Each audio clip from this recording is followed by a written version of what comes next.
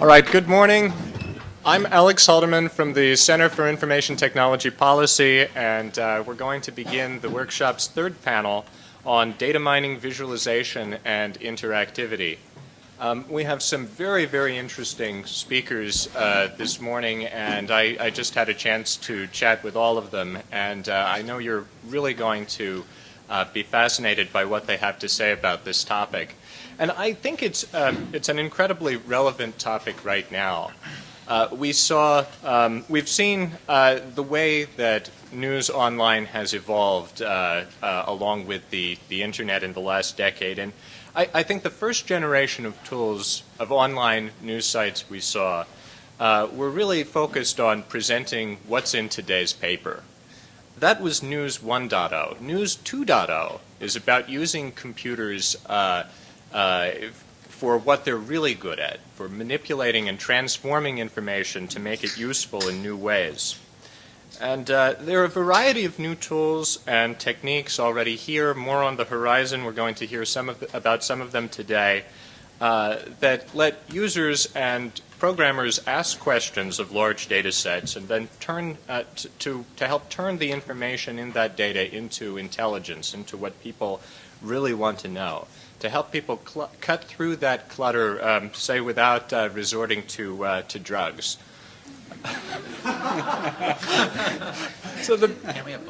It's also interesting that the beneficiaries of this new technology are not just going to be end users, the people who were the newspaper readers of yesterday, but also journalists themselves, who are in fact information consumers on behalf of their readership, as well as the people who are writing the stories that form the new information. So without further ado, I'm going to turn the podium over to Matt Hurst from Microsoft Live Labs. Thank you. So my name is Matt Hurst. I'm from Microsoft Live Labs. Live Labs is a relatively new part of Microsoft, and it's a sort of a freestanding innovation and incubation center. I'm going to talk a lot about social media. By social media, let's take it to mean weblogs, Usenet, Twitter, message boards, and so on.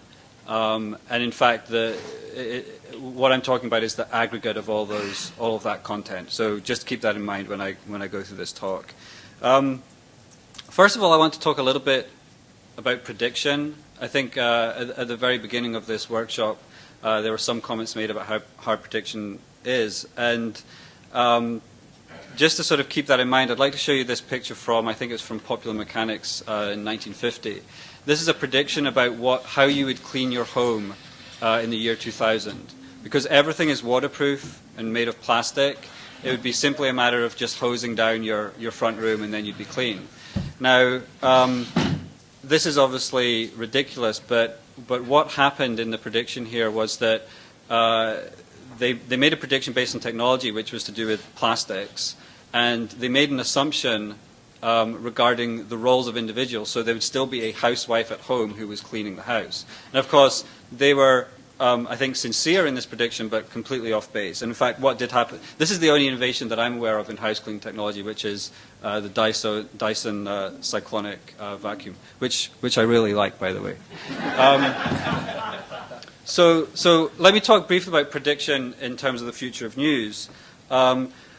I went through the following exercise. I wanted to sort of characterize the current state, or at least maybe the sort of last year's or a state of the news ecology. And I think it looks something like this. This is a sort of an instance, a concrete instance. So some event happens. There's some reporting activity. Somebody types up some report, some article. It then gets broadcast on CNN, and maybe you're down at the gym, and where they force you to watch CNN, and you watch this thing at the gym. You then go back to work and you chat with your friends about that story. So that's kind of something that is, I think, very realistic, that scenario. If you look at the functions that are involved there, taking aside this thing called news initially, we have the following functions. We have something like discovery and capture, we have presentation, we have consumption, and we have reaction. And I've colored those to align with that concrete case. Now, I've already sort of warned about, predicting the future, but I think, and I don't want to predict the future of any specific type of news ecology right now, but I think one thing that we can do, and one thing that's been discussed quite broadly here, is at least talk about the form of the news ecology. And I think rather than the first case, which is a very linear process, I think the form of where we are just now and where things will be in the future is a graphical process that has many nodes in it, many functions. It has feedback loops. It has many paths by which the data can travel. And I've also tried to extend the color metaphor here by coloring these essentially any random color to indicate that the functions of those nodes are generally some synthesis of those discrete functions that have been in the old process. So any activity, it may be presentation and consumption at the same time. It may be reaction and discovery at the same time. And it's hard to really say what they are going to be, but I think it's clear that they are going to be mixed up. So that's the setup.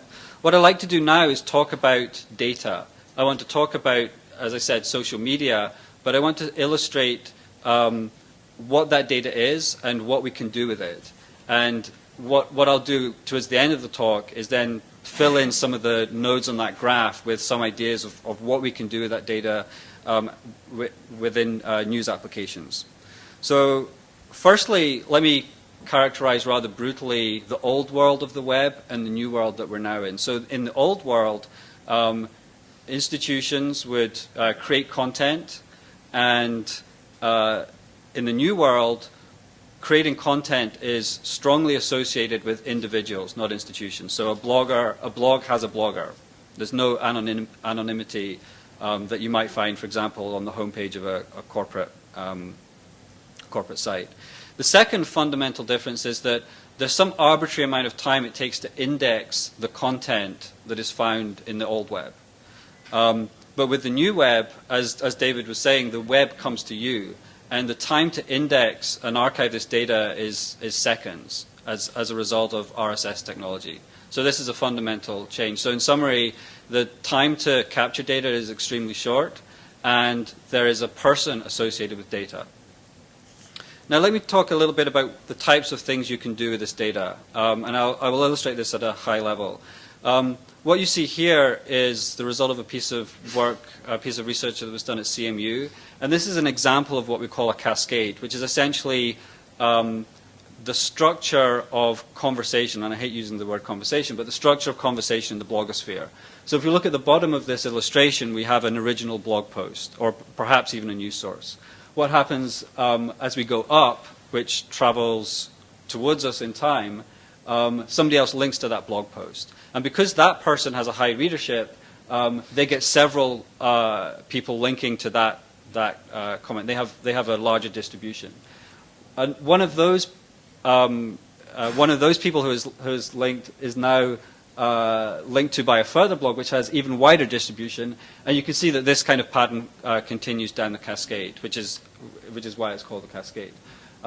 So this is an example of exactly the type of data that we can pull straight out of the blogosphere. We can locate and analyze and characterize the conversations that are happening around stuff that appears online, and let's call that news just now.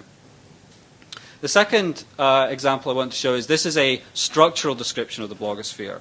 So what I've done here is whenever A links to B and B links to A, we form a line between them. And if you do that across the whole blogosphere, you end up with something like this, which some people think, it looks like something that you might find in the bottom of your drain. But there is actually some perceptible structure here. You can see on the bottom right part, there's a sort of a large dense mass, and then there's a weaker boundary which differentiates the top left-hand side. That bottom right-hand side is political discussion in the blogosphere. That's all the political bloggers linking to each other and throwing stones at each other. In the top left-hand side, that is the technical part of the blogosphere. That's where people like TechCrunch and Boing Boing actually lives up there as well. So we can actually observe the shape of the blogosphere and discern structure in it and identify communities and topics. Here's another, this is one of my favorite views of social media. This is a simple temporal view, and it essentially shows you attention around any keyword. So the model here is that you type in a keyword, you get a graph of the percentage of blogs on that day who have mentioned that keyword. So what you see here is discussion around China plus some modifiers. So we have the earthquake there, right at the right-hand side. We also have discussion around China and Tibet. And you can see where this attention is. You can actually measure and characterize the attention that's being spent around these topics. Here's another one. This is the point at which attention in the Democratic candidacy is flipped from the majority being towards Clinton to the majority being towards Obama. So you can actually see there's a point over here on the far right-hand side, prior to which more people, sometimes twice as many people, were talking about Clinton. But after this event, and you can probably imagine what it might have been, attention started towards Clinton, towards Obama, and Clinton actually never recovered that attention after that. Here's another example. This is sort of an interesting thing which I call the surprising Mr. Obama. So if you look at Clinton's trend line here, which is green, you can see it's relatively straightforward. It kind of wriggles around a little bit. If you look at Obama's line, it's jumping up and down like crazy. The news around Obama was continually sort of surprising and new, and people were very eager to jump on it and talk about it. You know, things like his pastor and these other stories, you know, relationship with Oprah and all this kind of stuff, excited attention. So you can see that something that either by intention or not, he managed to generate attention by being a sort of a moving target and changing a lot. Here's another view. This shows the ratio of attention around Clinton and Obama. And if you look at the blue line, which shows, let's see, that's essentially the number of messages about Obama divided by the number of messages about Clinton. You can see there's a very clear trend in the migration of attention. So I'm going to skip forward a bit to show you a couple of tools. So what I've tried to show is the sort of data that we have at hand. Now, what can we do with that data? And remember, the tools that I'm going to show you sort of fit in this graph somehow, and I don't know where they fit in the graph. So one really fun thing that we've been doing at Microsoft Research, and by the way, I have to sort of say that this is not a product. This is not going to come out soon. You know, we showed this initially a few months ago, and everybody got crazy about this new product that we were producing, which is completely untrue. But what this basically shows is a very simple list of news articles, but each news article is annotated by the number of bloggers that have linked to it. And for each of those bloggers, we've determined, actually, by their self-reporting, whether they're, we say liberal or conservative, they're actually self-reported as being Republican and Democratic. And so you can see for any news article which get attention from the left or the right. And the idea here, and I think this is an example of where the future of news might go from the point of view of consumption, is that if you've got two articles about the same topic, and one article, or let's say you have three articles about the same topic. One article is only linked to by the left-hand side. Another article is only linked to by the right-hand side. And the third article is linked sort of equally by both. That context actually gives you a little bit more information about which article to read. If you have one token, one sort of attention token to consume a news article, that context, I claim, will actually make you more efficient at spending that token, at least making a better decision. And in addition, this kind of interface allows you to sort of browse through to the blog links as well as browse through to the news article. I think just in the interest of time, I'm going to leave it there. I have some other applications which I can perhaps show you later, which also analyze the relationship between social media and news. One thing I kind of want to just finish off with is I think that one of the fundamentally interesting things that is happening in the news space with respect to social media is that there are a set of forces that are applied to media that determine the content and the priorities and the editorial attitude towards information. There's another set of forces that apply to social media that determine or at least influence where people spend attention and so on.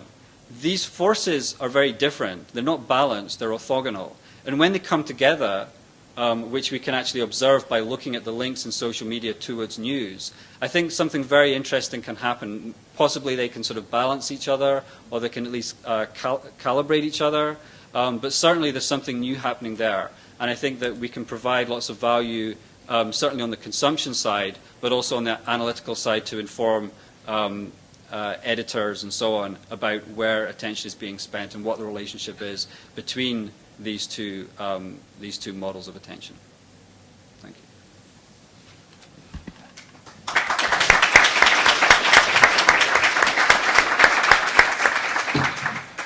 Thank you, Matt. Now we're going to turn to Kevin Anderson from The Guardian.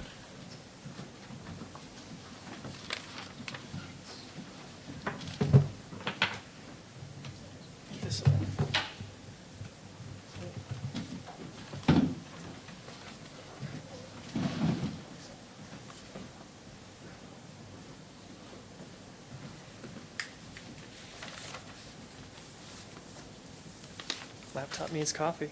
Oh, there we are. So actually, I'm going to talk a little bit about news and interactivity. That my job title is blogs editor at The Guardian, and so I'm looking at interaction on our site, but also how we can look at interaction off our site to have a positive impact on our journalism. So why I think this way is that Arthur Miller actually said to the London Observer, which is The Guardian's Sunday publication, a good newspaper, I suppose, is a nation talking to itself. Now, that was a metaphorical statement in 1961, but these days that can actually be real through a lot of the technologies that we have in social media, whether that be blogs or instant messaging or a number of both on-site and off-site social applications. So I think we all can think back in our lives when we've had a wonderful, engrossing conversation. It's usually with one or maybe a few of our closest friends, in this case over a hookah. But I think we've also been to parties, clubs, large social events where you oddly end up shouting at your friends, not because you're angry with them, but just because you want to be heard. Now, the kind of crowds that sites like The Guardian or the BBC, where I used to work at, those crowds look like this. We have hundreds of thousands of people. We have thousands of conversations going on at any one time. And as my colleague Meg Pickard, our head of community, says, instead of being a 1-to-1, instead of people talking to each other, it's more of a 1+1 type of thing. You just have a huge accretion of comments. They're not really pointed at each other. And sometimes people sort of jump up and down in the middle and shout, "Listen to me, listen to me." We've all had those all caps comments. So how can our communities and conversations scale? How can we make the mass manageable, but also entertaining and interesting? How can we maybe build some serendipity into it with some visualization, some visual tools? How can we help people find the conversations they want to take part in and really actually, in some ways, find each other? Because as we become, to borrow a Facebook term, social utilities, how can we connect the people in our communities? Not just to drive traffic, but actually to build the social capital in the communities that we serve. So everybody's mentioned Twitter, which is this kind of light messaging service that's on the web. It's on SMS. It's through a lot of different things. And there's actually some really great visualizations just around Twitter. This one's called Twistery. And as you can see, it's just taking these 5 terms and showing you the latest activity. Now, to make it explicit how this might be applied to our sites, just think if we had not only within our content, but also within the conversations around that content, some very simple tagging mechanisms that showed dynamism, that showed the live activity that's going on in our site, and also gave entrance points for people if they wanted to take part in these conversations. There's also geographically based Twitter mechanisms where you can see people in real time adding messages. And just to give you kind of a real life example of Twitter and how it's useful, just right now, having Twitter up, a friend of mine said, "A Twitter visualization done right." And this just came into my Twitter stream a little while ago. So here's me, Mr. Anderson. Let's see, here's my wife, Sue. And you can quite quickly see how all of these people in our social network are actually connected. Now, this is just showing social connections, but you could also do that around conversations. Now, probably some of you are saying, what the hell does this have to do with journalism? And actually a lot, because when the Chinese earthquake happened, one of the things that people did was Twitter. Sometimes it was just to tell their friends and family that they were okay. Sometimes, in the case of a Dutch individual who was living in China, he was actually publishing real-time updates about things that he was seeing. A friend and former colleague of mine, Chris Valance at the BBC, actually was able to reach him via Skype and do an interview and do some journalism around this subject. Shanghaiist, an excellent blog, part of the IST network. You may know them through Gothamist, also was doing rolling updates, posting and aggregating video that Chinese citizens were actually putting on video sharing sites in China. So something that may seem quite trivial and may seem something like a time waster that we just do until we go to the pub actually can have real journalistic application. And I think in a lot of ways, it's taking some of these tools and applying them to the journalism. One of the ways that I describe in my job is that I'm taking the tools that are disrupting our business model to do journalism, and faster, cheaper, and more importantly, better journalism. So another site that I like to use is Last.fm. Now this is a social music site just bought by CBS last year, about 6 months ago, along with their acquisition of CNET this morning. And they have a site called Build. And it's a listing of applications and services that people have built. And one is called Sociomap. Now this is a social networking visualization tool. And in this instance, they're actually showing the social relationships in Romeo and Juliet, just quite quickly. So how Romeo, Juliet, and the Capulets are all tied together. But you can also look at how the relationships of contacts that you have in Last.fm are, and also some of their tastes. So my friend Steve over there is a big Beatles fan. I'm somewhere out there in Radiohead land, and Ewan Spence, a friend of mine who does a hard rock podcast, our tastes are not anywhere near similar. But they have built this site highlighting these applications that people have built off of an API, an application protocol interface, with their audio scrobbler technology. Basically, audio scrobbler is just a piece of software that sits in the background and records all the things I'm listening to. Now, this is a map mashup, so I can find out what country my tastes are most like. And in this instance, it's the Federated States of Micronesia. Last week, it was Barbados, which I could understand. That's where I went for my honeymoon. But these are just some interesting ways, and it's just a bit of serendipity and discovery. And so maybe, again, to make some of these things explicit, maybe it's finding out what your friends are reading on our site. Maybe it's your friends sort of looking at the last 10 articles that they've seen because they've established a relationship, and there's some reputation, trust, and knowledge of that relationship. And you can explore the site through someone else's eyes. I do this exploring the web through a site called Delicious.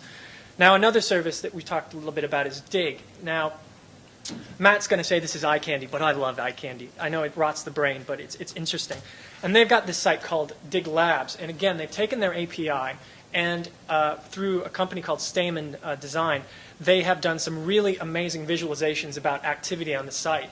So this is something called ARC, where it just is showing you stories that are dug on the site. And this was actually the way that I found out about the Chinese earthquake. It'll come up here in a tick.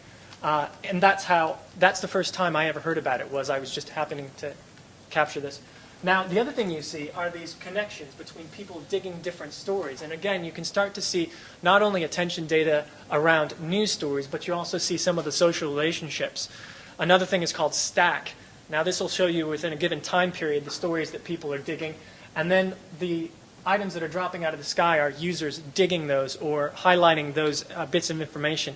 You can click on the stories and then either go through to the full story or just sit here and watch this. A friend of mine said, I could just sit here and watch this all day. And sure enough, you can download this as a screensaver. The other one, and it's going to come up here in just a tick, is called Swarm. And this, I think, again, I think what's interesting about this is it actually brings a site to life. Dig is still a kind of a static front page. You can see the activity, but if you watch this, this is Dig in real time live. These are people digging stories. You'll see the linkages again between various users digging different stories, and you can start to build up a sense of activity.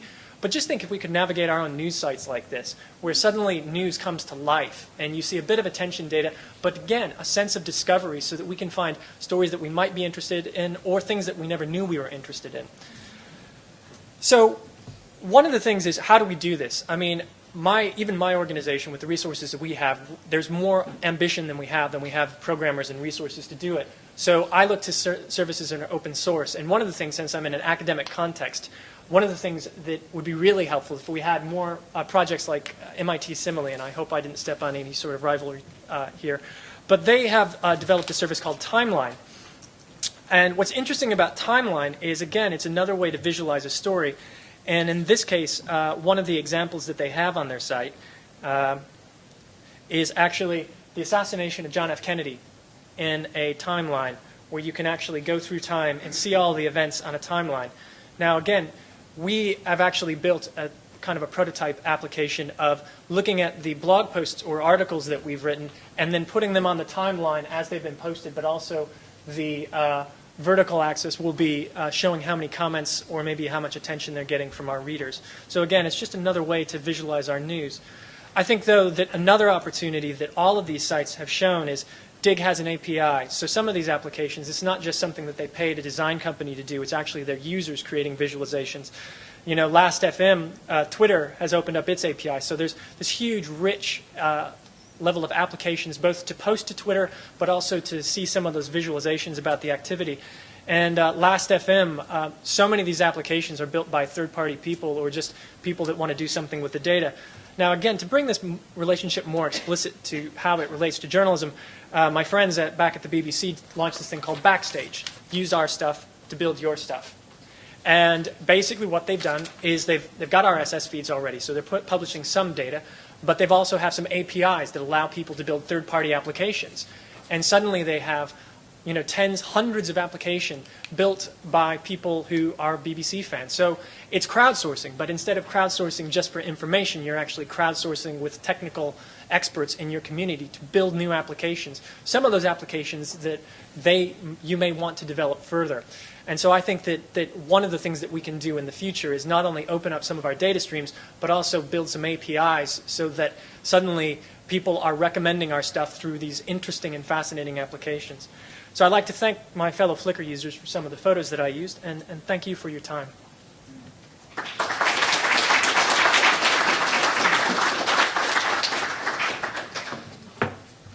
Thanks, Kevin. Now, our third panelist is going to be David Blei from the Princeton Department of Computer Science. Thanks.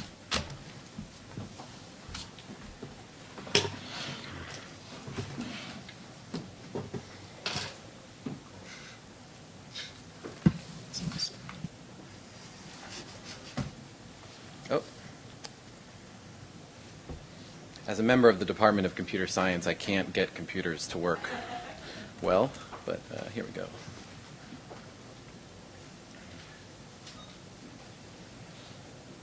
Oh, good. Okay. So, I guess I wanted to start by giving my talk in reverse to go to the front. Okay, I'm Dave Blei. I'm in the Computer Science Department. And today I'm going to talk about topic modeling. I want to give you an idea of how I research artificial intelligence and machine learning, and I want to give you an idea of how we build the kinds of algorithms to uncover the structure and the types of annotations that one would want to automatically organize and aggregate and work with the news in the way that the previous panelists have shown we can visualize.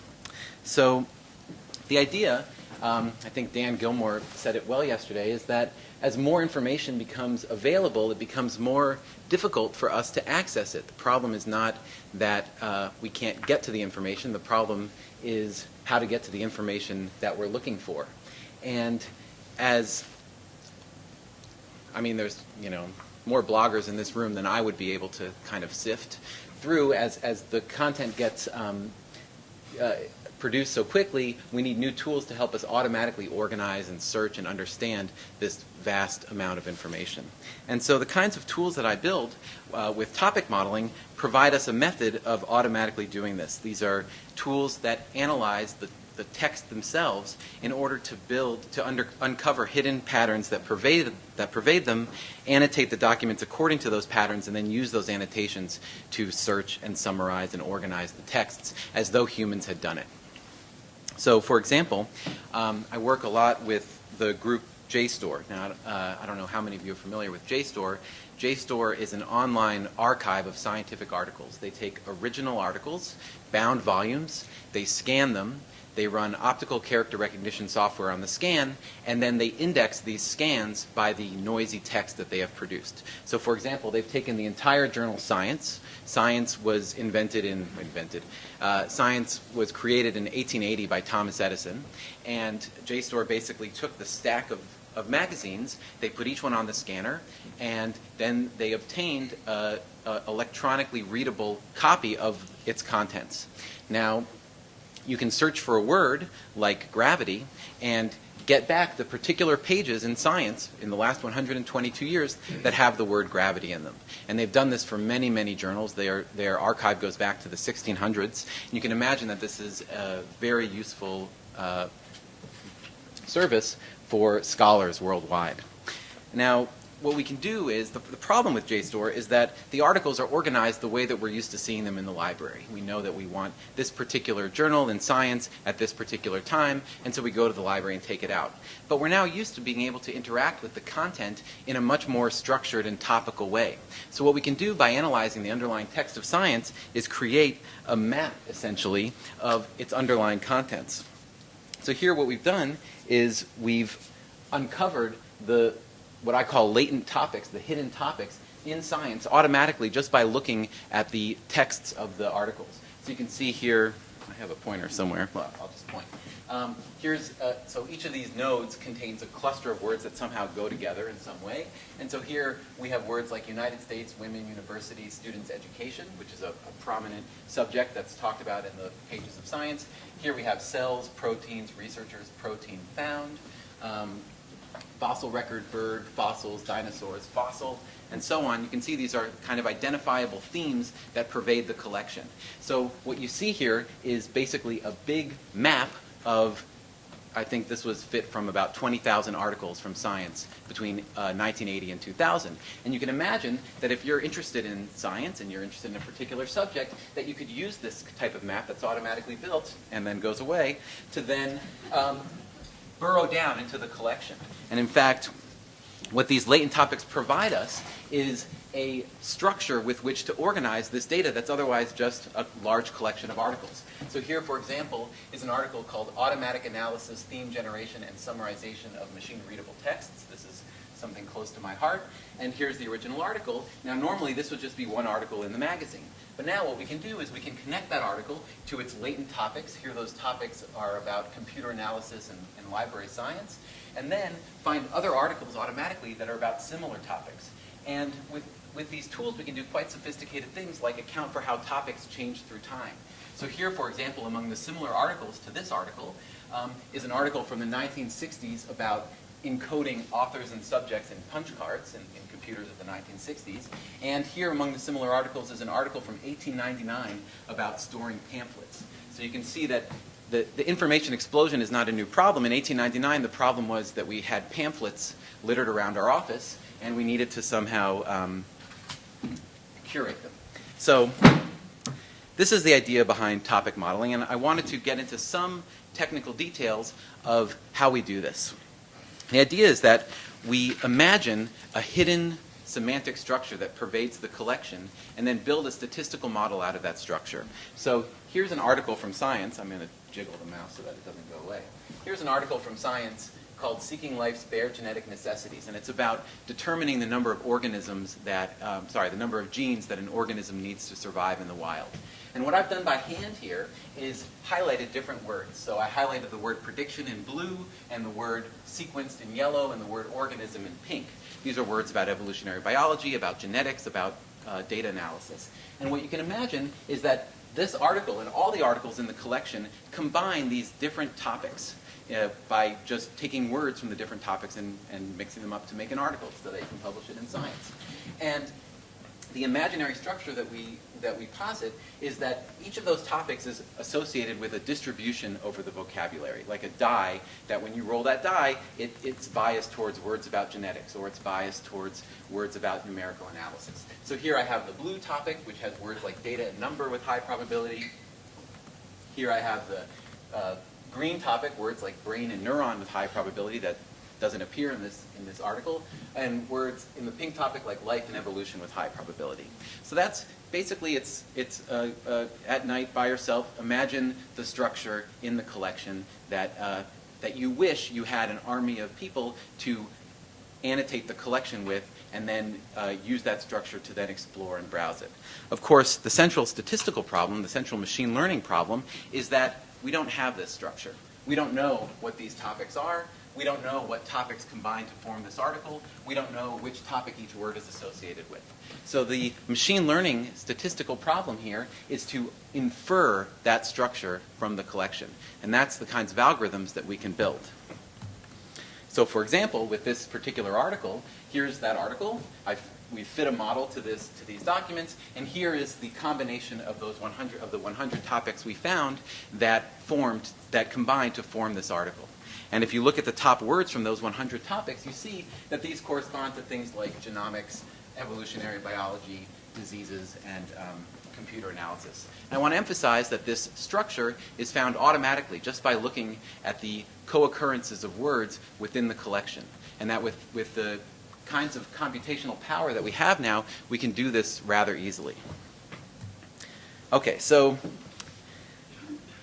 that model that I just described for you is really the building block for many other types of analyses that you can do with the vast amounts of text that you have on your laptop. For example, dynamic topic models find topics that change through time. Correlated topic models find connections between topics. Relational topics models can be used to analyze documents that are connected, for example, blogs that are connected by linking to other blogs. Author topic models lets us examine the role of authorship, and supervised topic models let us find topics that are predictive of some other signal that you might care about. For example, you can fit a supervised topic model to dig and find out what are the latent patterns of words that are indicative of someone wanting to dig an article quite a bit. I guess many people dig articles. Okay. And I should say, if you are technically oriented, that code to fit these models can be found on my website as well as those browsers. Okay, so what does this have to do with news? Well, this kind of topic modeling is easily applied to news collections and news feed, and such analysis gives us both a summary of their contents and new tools in order to interact and explore and browse and search the news. So just for kicks, when Ed invited me to sit on this panel, I started downloading the Huffington Post in my mail. Mac Mail lets you do that. And so I had like 1,000 articles from the Huffington Post over the last month, and I fit one of these topic models to it. And here are 4 of the example topics. You can see these are issues that popped up in the news in the last month. One is about healthcare. One is about, it looks like, security. One is about religion, and one is about race issues and the election. And this is just to emphasize that these topics adapt to your collection, and you don't need to have any prior knowledge of what's in your collection in order to identify these kinds of patterns. So another kind of fun sort of project I did when Ed invited me to this panel is to analyze political blogs. Now, I don't read political blogs, but I have a friend who does, and I asked him to identify a left-wing and a right-wing blog, and he said Daily Kos and Red State. And so I started downloading Daily Kos and Red State into my little Mac reader, and then I tried to find topics that discriminate between, I should say Daily Kos is a left-wing blog and Red State is a right-wing blog. And I tried to find topics that distinguish between Daily Kos and Red State. Now, some days the careful statistician in me wakes up and says, use a lot of salt when you're interpreting these results, and I want to give you that salt. This is only 773 documents. It's not enough for a real analysis, and we don't correct for authorship. So for example, I'm going to show you the topics that distinguish between the left and the right-wing blogs, but as I found out last night at dinner, Daily Kos is written by many, many, many people, and Red State is really only written by a few people. So, and the computer has no prior bias about left, right, whatever. It just wants to discriminate between articles from one group and articles from another group. So what the analysis that I show you, don't draw too many conclusions from it. This is just suggestive that a real study, maybe one that accounted for authorship using what are called multi-level models or simply collecting many, many, many blogs, would be interesting to pursue. Okay, so that said, so what we see here are topics. These are distributions over words, and these are the top 5 words. And a blue bar means this is indicative of the left-wing blog, and a red bar means it's indicative of the right-wing blog. And what we see here, I guess I can use the mouse, is that topics like trade, workers, economy, economic, food, and tax, oil, companies, money, these are kind of small red bars, but they're really not too indicative of either daily kos or red state. But that words about the election, specific words about the election, the topic of the war, and discussions of the media are more indicative of daily kos, while discussions of Barack Obama and Reverend White are more indicative of red state.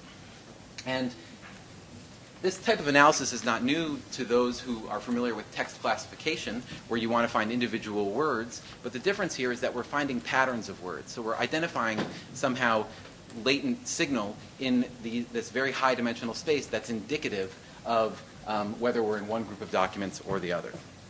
So what you can do with such a model, for example, is take a new article. So this is an article past the month that I gathered the data for, and which blog do you think it's from?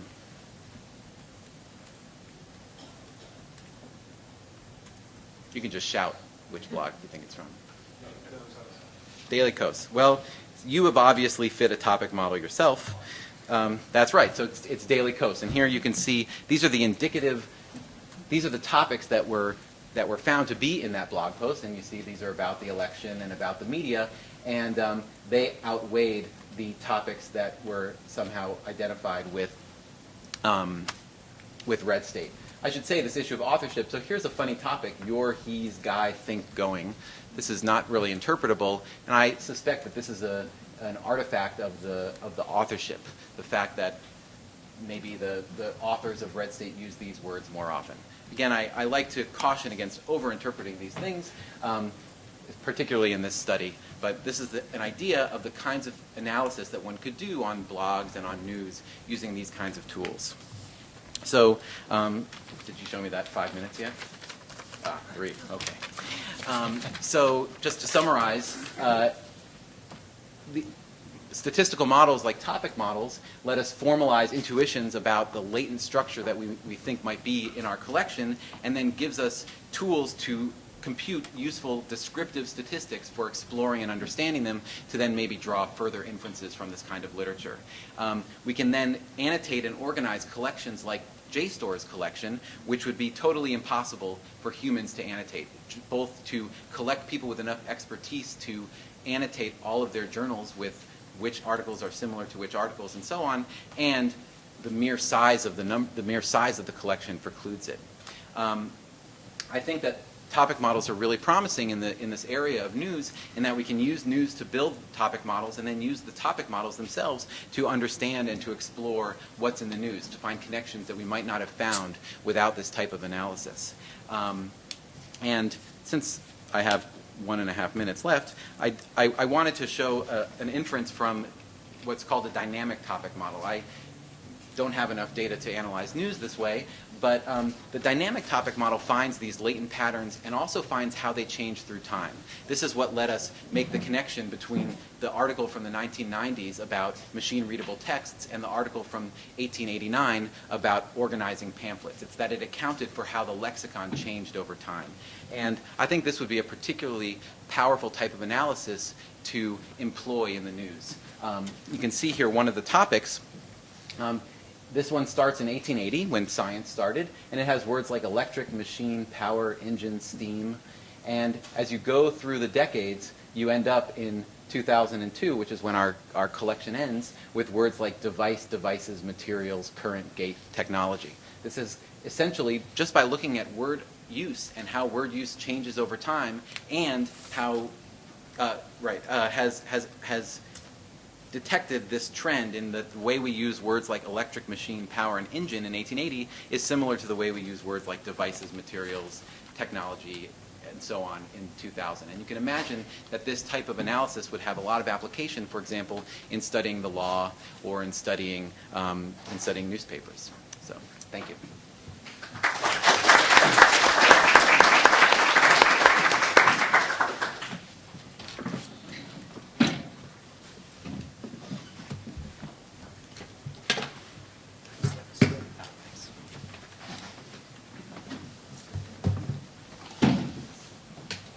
All right, at this time we're going to turn it over to the audience for questions.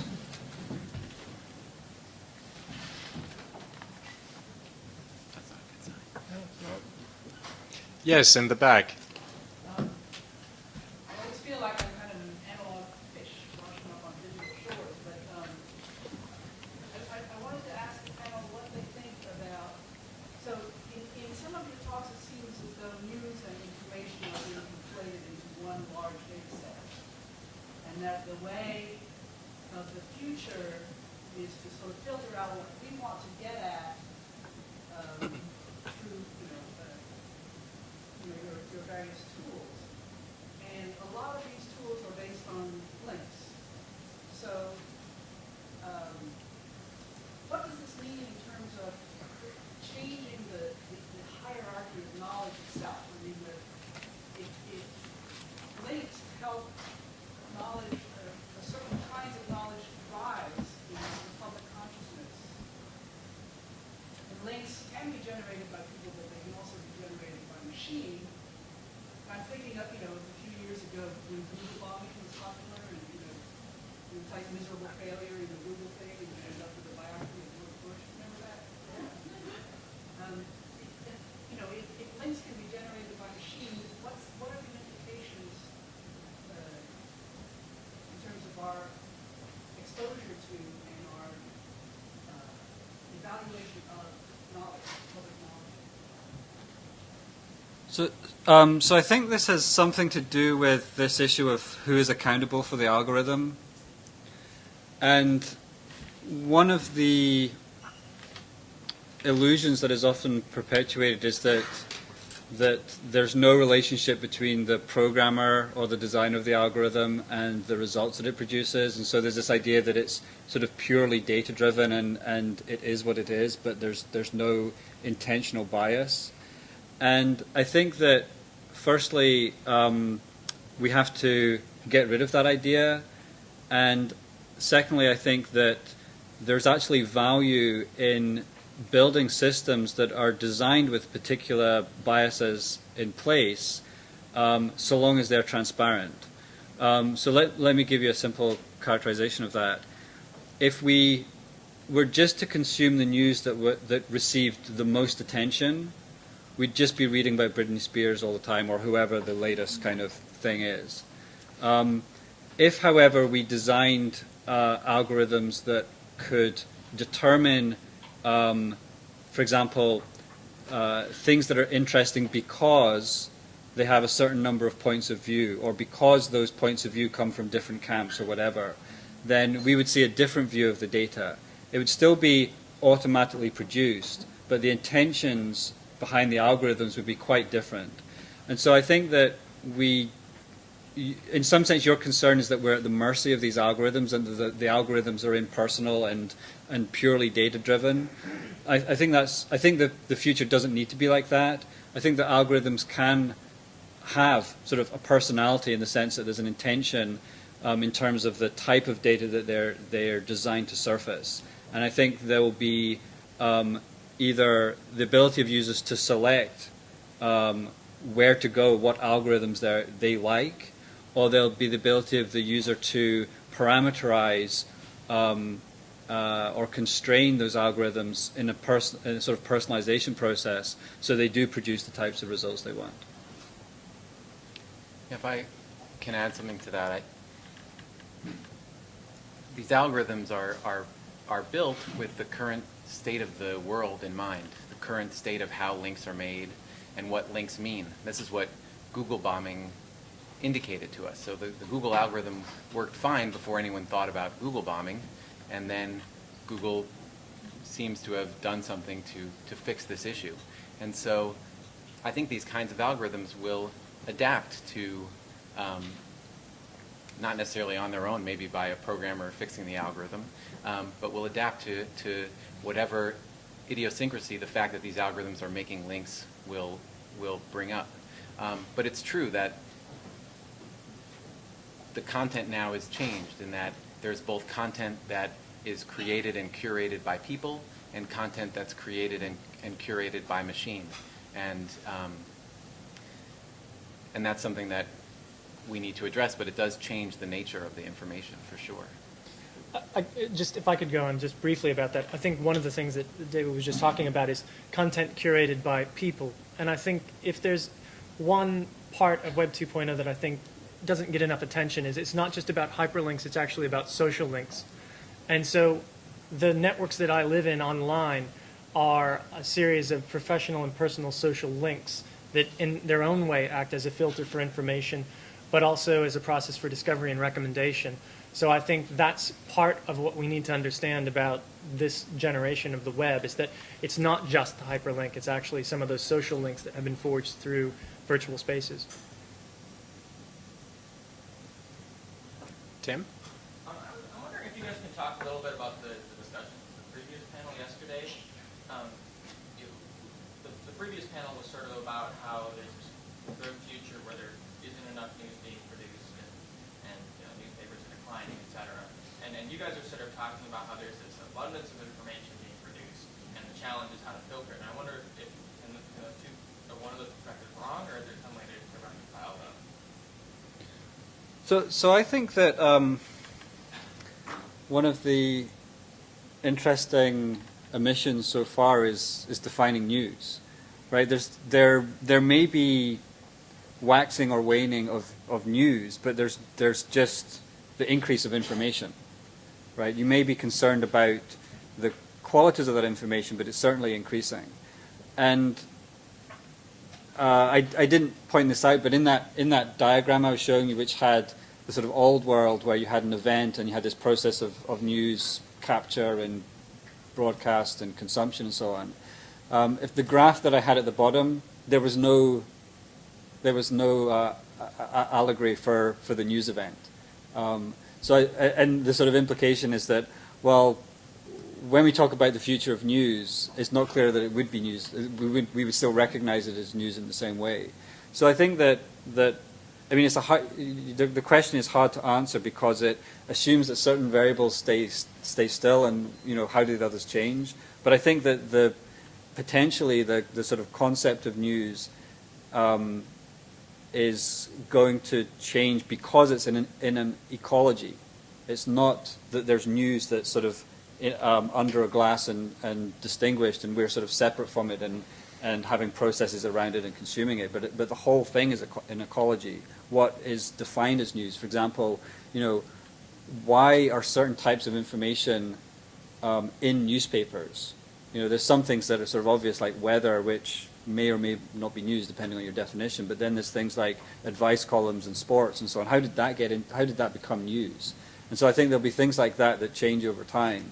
And so in the future of news, will we even recognize it as news? I don't know. Well, I guess it goes back to the comment just made that there's news and maybe information. And what I would say about a specific example of that, when I look at my own personal Twitter stream, most of that is just, I'm at the pub and this pub, so if you want to grab a pint, come. But sometimes there is things like I'll be twittering about this conference and saying, this is an interesting point of information. So I think that, as we've talked about a little bit in this conference, the journalist still plays a useful role in sort of sifting through this vast amount of information and finding journalistically interesting data points or people. And that's a lot of what I do, is I actually use blogs and use Twitter or whatever tool, find interesting people, whether they be serving soldiers in Iraq who happen to have a military blog, or journalists in Iran who don't have a print publication now but do have a blog and are writing about events in Iran. And then, lo and behold, I can use Skype to actually conduct a broadcast quality interview and publish that on the radio. So I think that that's finding some news information in these networks, but there's tons of information, and helping journalists actually cope with that information is part of it's an important role, and I think that we're just at the beginning of learning how to do that.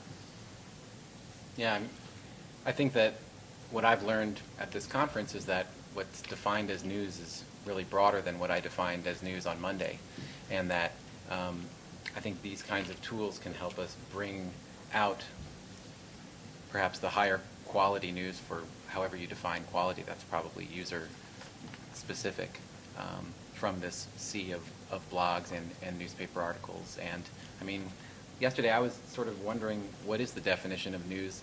We were talking about letters to the editor, and they were defined as news. And my dad writes a lot of fiery letters to the editor, to the New York Times. None of them are published, but he sends them all to my family. And so, you know, is this news? I mean, not to me, but... I think it's analog blogging. So if I could ask a related question, I think we're seeing that there are many different kinds of new tools being developed, but that the people who are developing them are not journalists in the traditional sense, but are more programmers or people with various technical skills. I'm wondering whether there's a new role emerging akin to that of journalists for people who are developing technologies to process information. Absolutely. I mean, Adrian Halavati, who is, you know, kind of the prototypical journalist programmer, has shown the importance of a different kind of journalism, things that we wouldn't have identified as journalism. So yesterday, Dan Gilmore showed The Faces of the Falling, which is a feature of the Washington Post, and Adrian Halavati built that when he was there.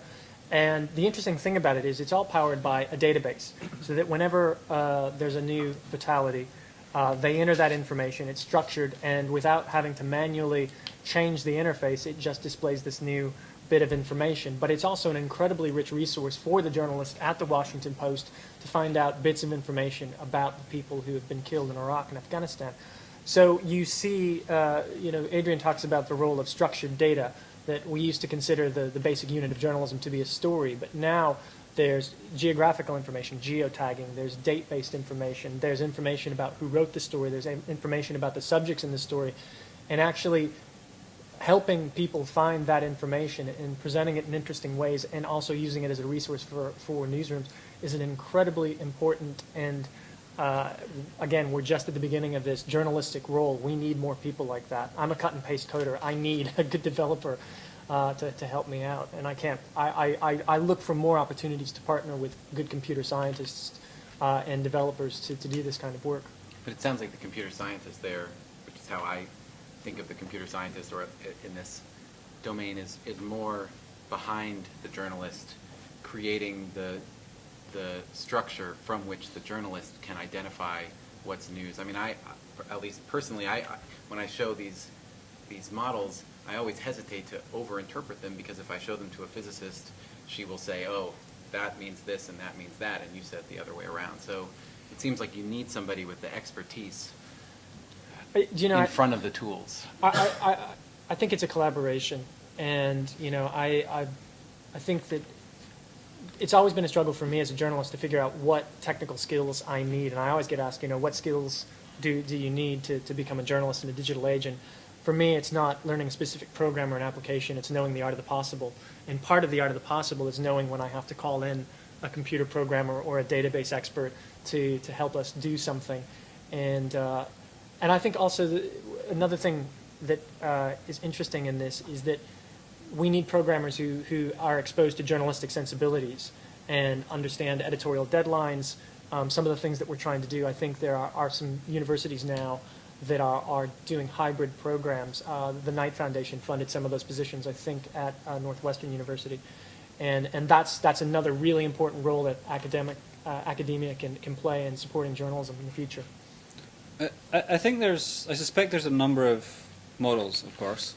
So one of them is when you have somebody who has technical capability but is also passionate about something to sort of precipitate journalism.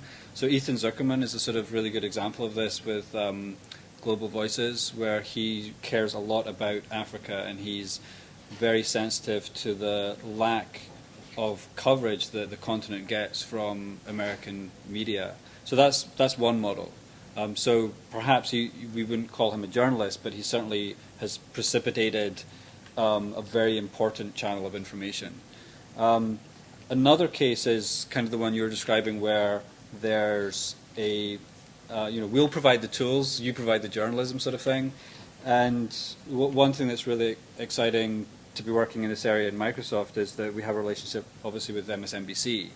And they're very excited about these tools that are show some ideas about tracking attention, because that signal, there's a very interesting case where all the attention is about story A, but all the media is trying to sort of push story B. So what happened there? Why is there that differential? And what opportunity does it present? And wherever there's an opportunity, there's somebody they want to have like a proprietary tool that will capitalize on that opportunity. So there's some very interesting things that can happen there. And the third of N models is actually where the technologist is the journalist. And is Michael Arrington a journalist? Well, is he a technologist? I don't know, but don't know in either case. But obviously that will happen as well, I think. But also, David, I want to say I have no sort of preciousness about front of house, back of house stuff. I mean, it's just because I think Dan raised a really important point yesterday, which is we need to stop worrying about who's a journalist and worry about what is journalism, and that's absolutely critical to the cultural changes that news organizations need to go through to sort of reach the business goals and the journalistic goals that we all I think hopefully agree upon. Yeah, that's very fair. One thing that interests me about data, and like you're saying we only had 800 articles, so it's like these results are shaky, and there's this. I'm sure this is extremely insulting, but there's this sort of idea that in journalism, was it two cases make a trend, or is it 3 cases? I don't quite remember, but certainly there are articles that you see out there that say that there's something going on, but the truth is that there's just a couple of cases, and they've kind of like made a story out of it. In what's really exciting, I think, about tools from the consumer point of view, whatever consumer means here, the media consumer, is that they can go and test these statements which we have to back off and regard as hypotheses that journalists might create, or at least that the media might be pushing. And there's something that I didn't manage to show, but there's a blog called Neoformics, which I really like. It sort of explores visualization of text, and particularly is interested in news and the data that is newsworthy. And so this chap, for example, looks at the State of the Union speeches and the speeches that the different candidates make, and articles related to different candidates, and looks at the distribution of words, and sort of can show a strong affinity between 2 words that differentiates it from the other case, which is kind of thing you're doing. So when people make statements that about all the attention around the election is on healthcare or something, you can go and test that empirically, at least with respect to the sum of data that this whole process produces. And that is a sort of fascinating point to be at, because otherwise it's just, there's a statement that there's a trend, or that recently more people are blah, blah, blah, blah, blah. Well, is that really true? I mean, the graphs that I was showing that show a very clear ratio of attention and a trending in the ratio of attention between Obama and Clinton. I mean, that has a lot of data behind it. Yeah. And it's predictable, right? Based on that data, you can make a prediction, and something that breaks that prediction is hugely informative. Well, I think that with all these kinds of tools, whether they're in the realm of news or other realms, it depends on what kind of decision you're making at the end of the analysis. So in this case, I agree with you. I think stakes are low. If we report 20 similar articles and one article is not too similar, it's not the end of the world. But if we're testing drugs and 2 cases don't make an FDA approval of a drug, you do careful statistics in that case. So I agree, though, with these kinds of tools, the stakes are lower, and that's a good thing. It means we can put up visualizations of 700 articles, and it's interesting. And if someone finds something out of that, then that's good. One of my favorite visualizations is a guy set up a site that analyzes buzzwords that journalists use. So, during the war in Iraq, it might be boots on the ground, shock and awe, strategic lift capability. And it's just hilarious how many, words we parrot. We have absolutely no idea exactly what they mean, but somebody put them into our head, and so it sounds really cool on television. And it's a lot of fun to actually look at ourselves that way. Yes. So far, I guess the discussion has been focusing on these technologies as tools, but I'd be interested in what the panelists have to say on where all of this is going. 4 years ago, a video was put on the web, it's still there, called Epic 2014. It was written by from the Fictional Museum of Media History, and presented a dark age when the New York Times would be out of business, and algorithms would piece together articles from a variety of sources. Machines would have the intelligence to put this together. So I'm just curious, where do you think human judgment will never be overtaken by machines? Steve, given to your Googles on overlords. Yes, exactly. But seriously, what is the core value of the human being in this news process that technology can never take away? So, firstly, the human is often present in generating the article, I hope. So at least there's the sort of data generation part, to sort of use a rather cold term. I suspect that kind of the core of your question is about editorial decisions and what sort of gets presented as the palette of stories that from which people can. Yeah, although in this movie, which I'm not going to endorse, it was also getting to the issue that how it's presented could also be done using algorithms. So I guess it's kind of related to Donna's question early on about the transparency of the algorithm and which ultimately is impossible because even the people that create the algorithm can't predict how it's going to perform, particularly where the biggest component of the behavior is the data and we have no control over the data. My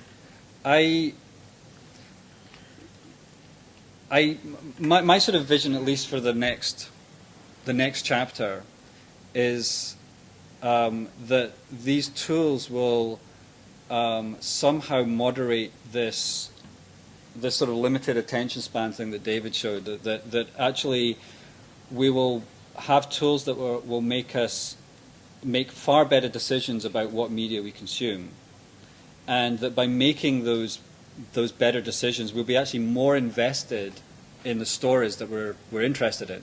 So we won't just be seeing this kind of 5 seconds attention span and then on to the next thing. We'll be making better decisions, and we'll value the quality of those decisions, and we'll actually sort of spend time with the results of those decisions. And I think that tools that can bring together information that make that decision easier. So the brief tool I showed you showed context. I think context is a huge thing that's missing.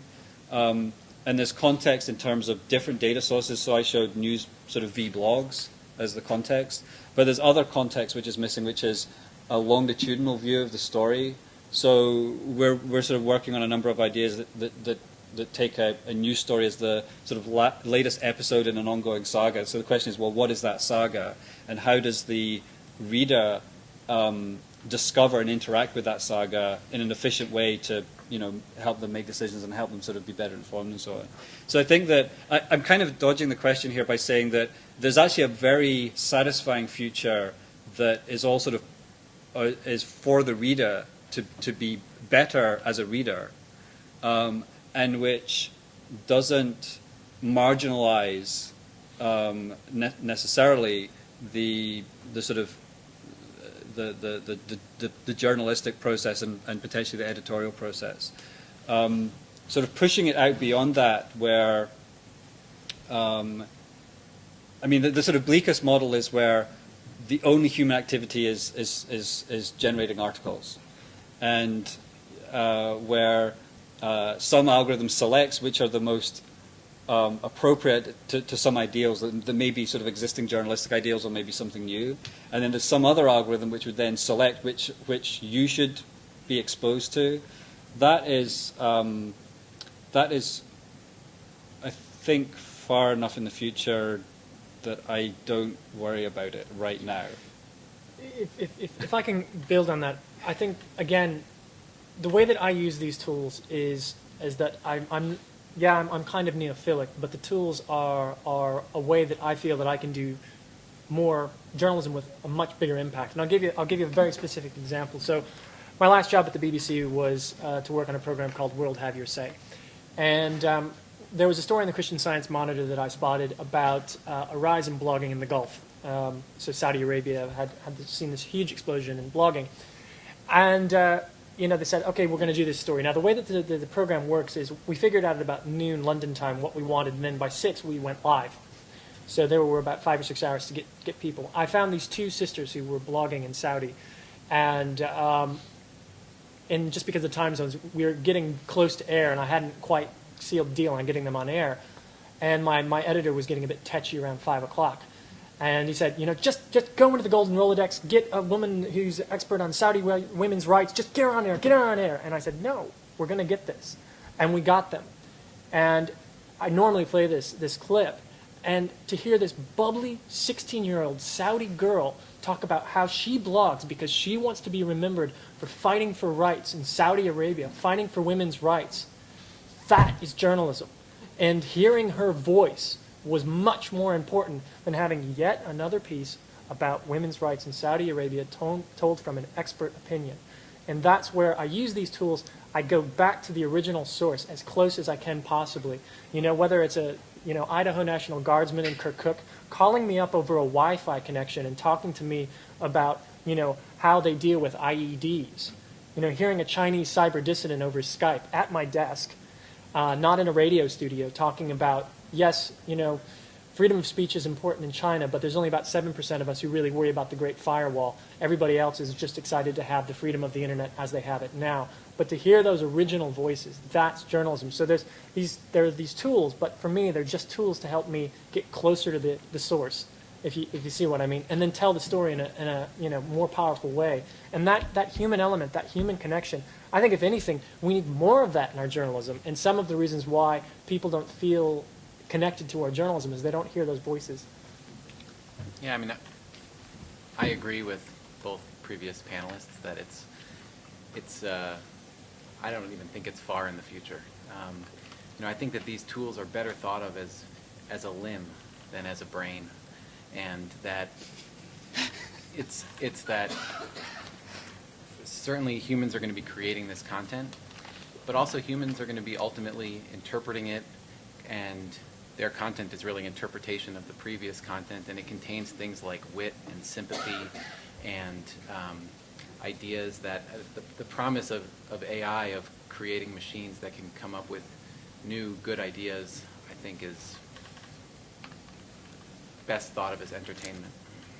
So there might be some irony here, because if you agree with both of us, I'm not sure if I agree with Kevin. So I mean, the point is, I think, so we're answering kind of different questions, because I'm talking about what the machine can do when it gets all this information to help you not have to get all the information. And Kevin is talking about using these technologies to from his point of view, to get a better experience for for the journalism ecology. And while it is interesting and empathetic to hear a 16-year-old in Saudi Arabia talk about herself, is that the truth of what is happening in Saudi Arabia? I mean, who is, it's not clear to me that it is. Well, it's a truth. So talking to a guy, talking about the challenges and realities of IEDs, I can kind of get that, but in this sort of softer world of an extremely emotional, personal issue about rights, I totally appreciate what the tools can do, and I totally appreciate why it would be really kind of more exciting and more engaging to see that on the TV or radio. But you're sort of saying that is journalism. And I'm like, well, is it journalism? It's entertainment and it's engaging. But again, we haven't necessarily described journalism, but is that the synthesis of what's happening in Saudi Arabia with women's rights? I'm not sure it is. That was a story that hit me quite powerfully, because it was just amazing to hear her voice. I think two things. One, I agree with you, Matt, that I think journalists have to be careful about the tyranny of the anecdote. Sometimes we take an individual story just because it's a good voice or it's compelling or because it's emotive, and we use that to paint a picture of broader trends. And I think there's a danger in that, and there's actually a weakness amongst journalists. And of understanding of statistical analysis to make sure that the anecdote that we choose is not only emotive but also representative. And so I Right. agree with you on that one.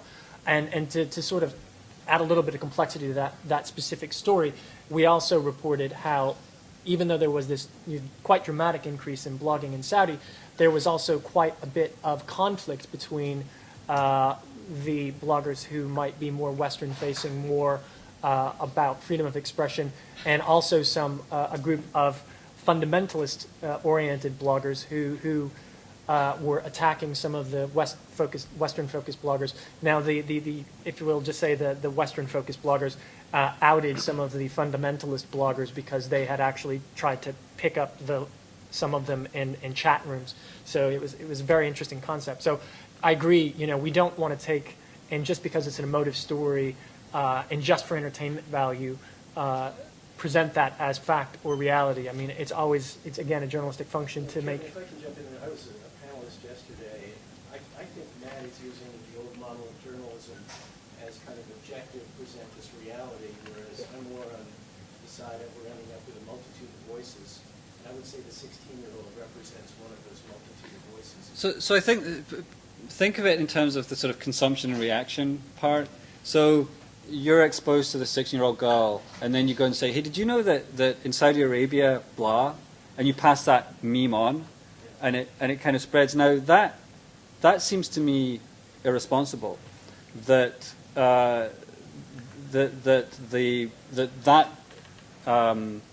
single voice could be used to summarize a situation. Now, alternatively, if you said, "Oh, that was a really interesting, thing that they did, and it was fascinating to hear that individual," that's fine. But to transparently representing it accurately, it's fine. But actually, to both of you, can I give another example? So in the program, the World Have Your Say that we did, we actually identified through the program a line of public opinion in Iran about their nuclear program that we weren't reporting at the time. And that was, there were a pretty large representative part of the population, and it's difficult to get accurate polling information in Iran and even very difficult to do reporting there. But we found that I'm not going to paint it as agreement, but there was definitely a large group of people who, while they didn't support the pursuit of nuclear weapons, they did support, from a sense of national pride and sovereignty, support for a nuclear power program, because they saw it as something prestigious and something that they could be proud of in Iran.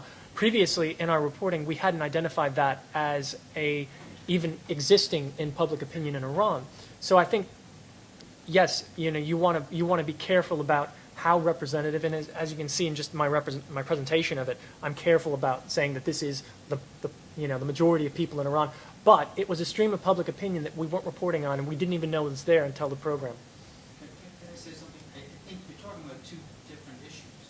I mean, what Matt was saying about the Saudi girl is, we've been talking about how the old media, in particular newspapers, was a one-way street. A bunch of editors made a selection of stories. They threw them into the newspaper. That's what you got. You didn't have much recourse in talking back to them, other than writing a letter to the editor, which got thrown in the garbage, most likely. or sent to your family. You should get a blog incident. Exactly.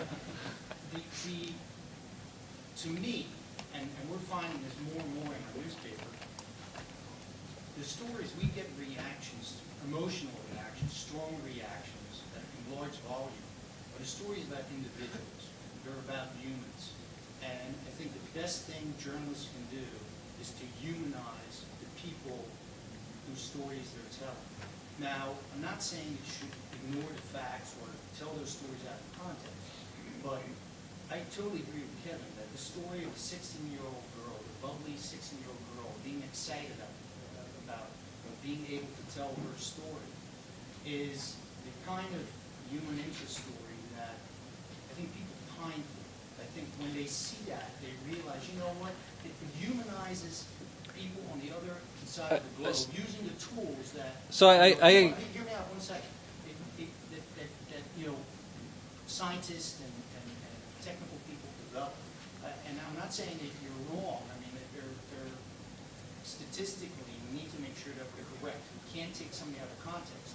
But the beauty of the internet is that you can put a story up that explains how women in Saudi Arabia are fighting for their rights, and you can quote an expert in Great Britain who talks about how that's happening, and then you can put up a video clip or an audio clip of a 16-year-old lovely Saudi girl talking about how excited she is about trying to speak about her ability to gain rights and talking about her life.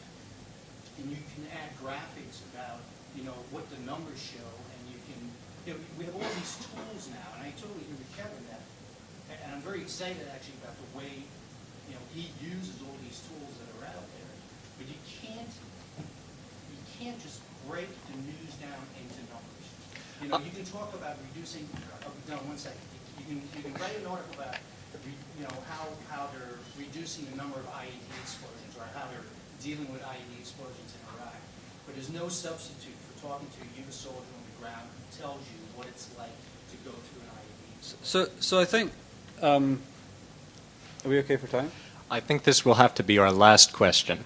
Okay, so I understand what you're saying, and I think that humanization is a double-edged sword. And one thing that really worries me about that sword is, and it's not related to this issue, although that concerns me as well, is personality-driven news. So what you see certainly in the US is you have these personalities like O'Reilly and, I don't know, a bunch of other, usually old white men of some sort, who are used to focus news and present it. I mean, I know they have a bunch of researchers, but they have a strong opinion as well. The reason that is a very profitable way, at least my take, the reason why that's a very profitable way to channel news is because when you have a human, you can form emotional, personal relationships, which actually people sort of invest in, and they sort of, they build an audience like that. You sort of, based on that relationship, you build an audience. But many, many times I see these personalities completely ignorant of the facts and misquoting people. I mean, there was a great case where this story about how Obama had taken lines from somebody else's speech and used them, and the story was like, oh, this is terrible, blah blah blah, and the original thing was this thing about just words. I have a dream, just words, and this guy that was presenting this was like, yeah, I don't think these are just words. I think these guys have got it completely wrong. He just didn't understand the situation at all. He had no understanding of the irony. It was fantastic, and this was a media personality with hundreds of thousands, if not millions, of viewers. So Matt, I think two things. One, and it's completely off topic, right? No, well, and this is an issue I get wound up about as well. But I think I go back to yesterday. It's I need to know that the story that I'm presenting and how I'm humanizing it is representative, and that's I completely understand. That's part of the responsibility of what I do, and the thing I think where I would say is your issue about personality driven. I actually didn't appear on that clip with the Saudi sisters. That was actually the presenter of the program, even though I co-presented the program and was on air sometimes. To me, I agree with you. Too much of infotainment has been personality driven, but not personalities in the story. Not the Saudi girl, but some stupid parachute in correspondent who doesn't know jack about Saudi, doesn't know jack about the Middle East, has some G.I. Joe outfit on, and that's the personality I want to get out of the news, but I want it to be on the story, not, Anderson Cooper. Sorry, Anderson, but, it's too much about you, man. The way I call it is it's bad date blogging. It's all about us and the media, me. And we're not listening, we're not having a conversation. And so I agree. I think, at this point, we might be arguing from different points of view, but I'm with you, man. I think both are important. I mean, certainly one aspect of the news is the numbers. We're interested in the trends that are true. But there's certainly a place for these personal stories because the numbers don't reflect that. They don't give you the same kind of understanding. Yeah. If the Saudi girl is presented in context, it's fine. If you throw her out there as being representative So, but that's the beauty of the internet. I mean, I recently saw a video of one of these IEDs, and it completely changed the numbers that I was hearing every day. It totally changed my perception of this. And on that note, we're going to thank the panelists and adjourn for lunch.